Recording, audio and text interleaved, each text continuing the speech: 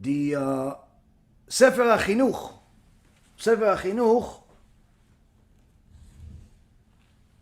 talks about mitzvah of cursing. One of the other things that the Gaon of Vilna brought. Mitzvah of cursing.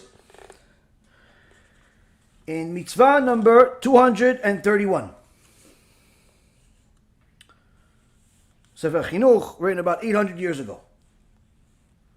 The mitzvah comes from the several verses in the Torah,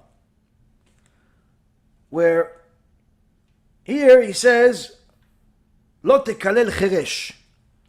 Do not curse the deaf. In Leviticus chapter 19, verse 14.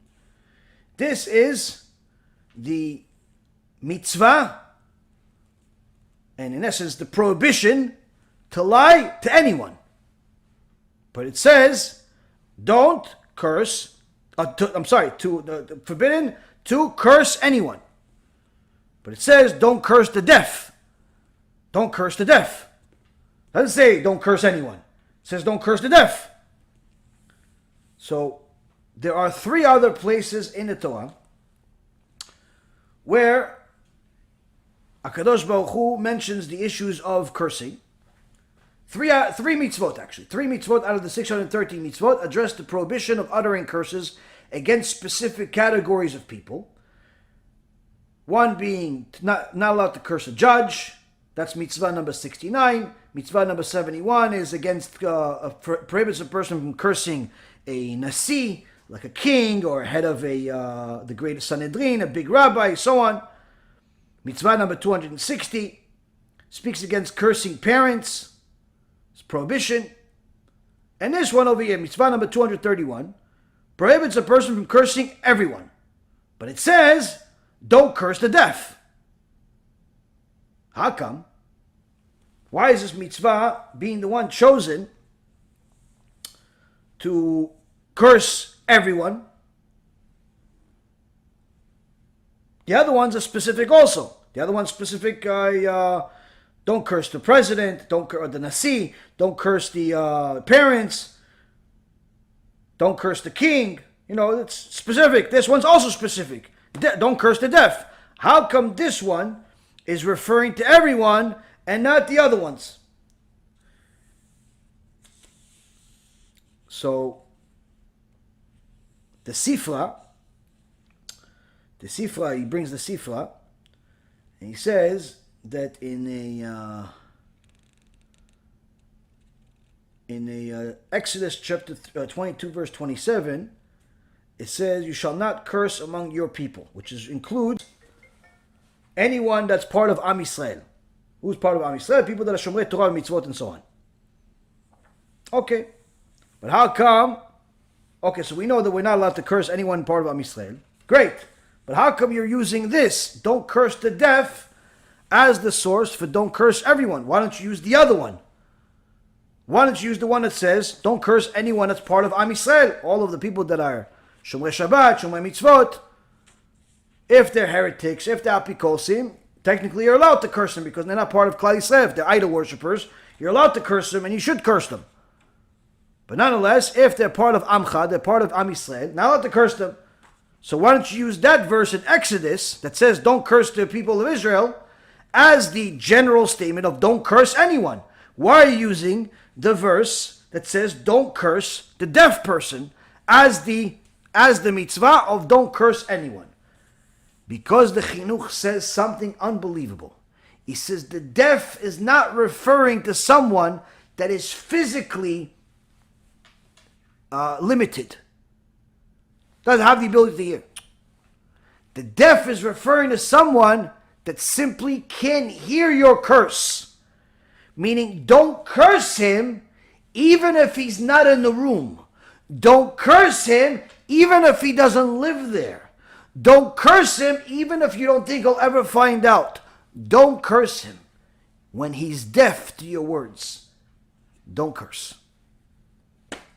Prohibition from cursing us, from injuring any person with our mouth, whether they are there or they're not, whether they will hear it or they won't, whether it's in a language they understand or a foreign language.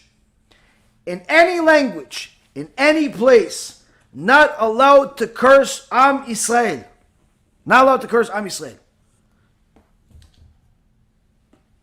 And ones that do get punished severely, as the Gra says here. Why is it such a horrible thing?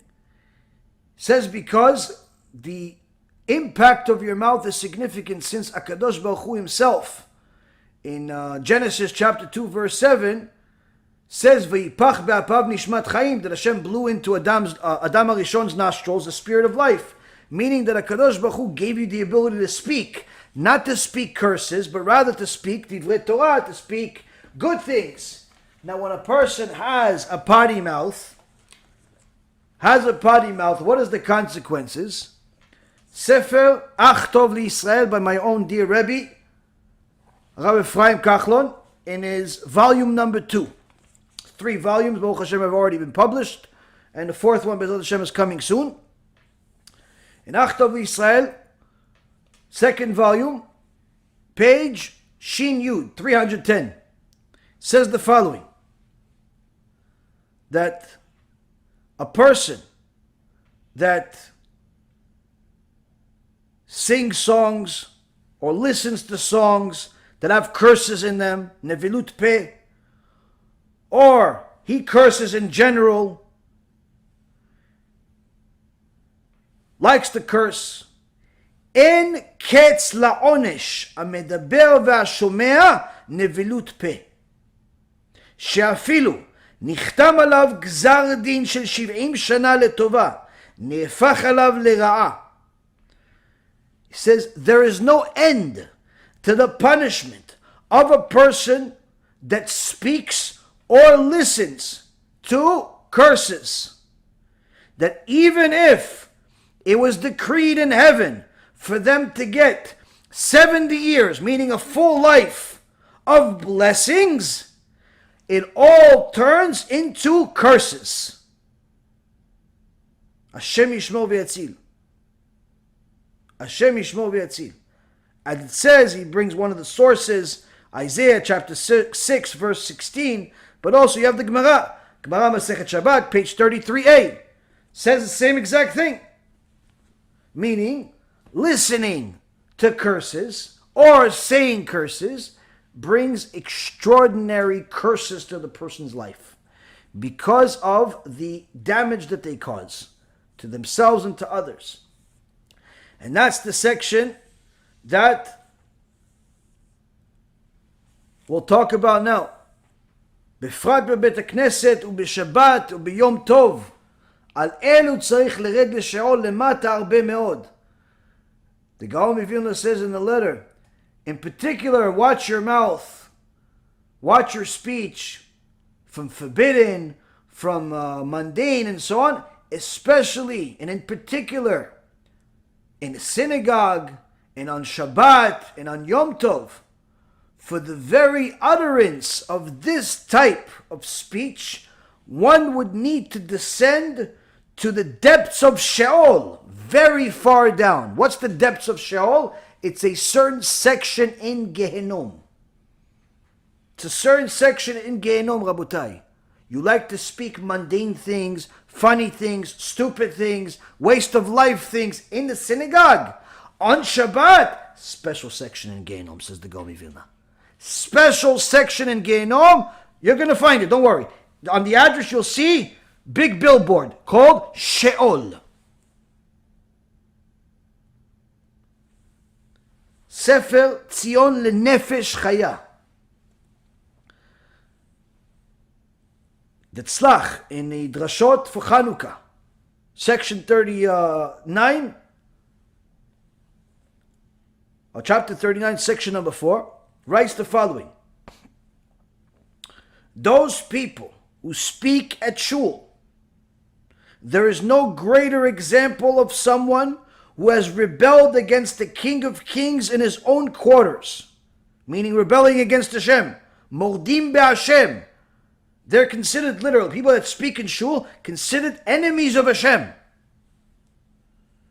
He profanes the sanctity of the shul in a manner comparable to the Greeks who profaned the altar of the Bet HaMikdash, because with his ill-placed speech he is reckoned to have set up an idol inside the sanctuary.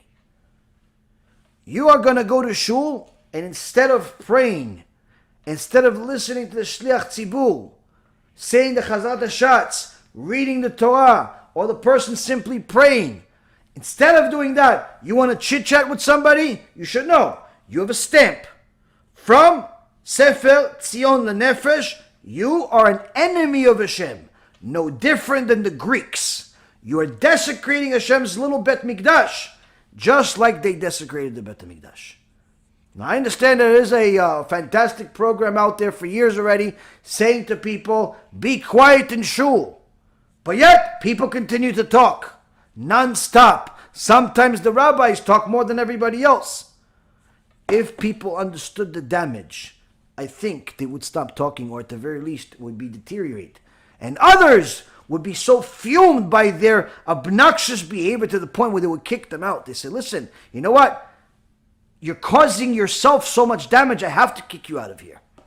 The Rambam paskins la'alacha that after you rebuke somebody in a synagogue for talking, if he refuses to stop, you are allowed to publicly embarrass him. You're allowed to publicly embarrass him. If you try to rebuke him quietly, privately, please stop talking. He doesn't want to do it, you're allowed to publicly embarrass him. We all know public embarrassment in Judaism, you lose olam haba. You can't publicly embarrass people. This is one of those exceptions. This is one of those exceptions. Shulchan Aruch, Paskin Zalachah says, a person that speaks in a synagogue, it's too big of a sin to describe. Meaning, it creates so much damage by putting everybody's prayers on hold. It's too much for any one particular person to bear such a damage and such a punishment that he's going to end up getting. He calls it, there's no other sin in the Torah where Rabbi Yosef Karo in the Shulchan Aruch says this is too big of a sin.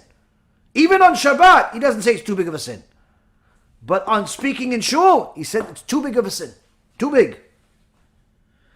Shulchan Aruch also says in Orach Chaim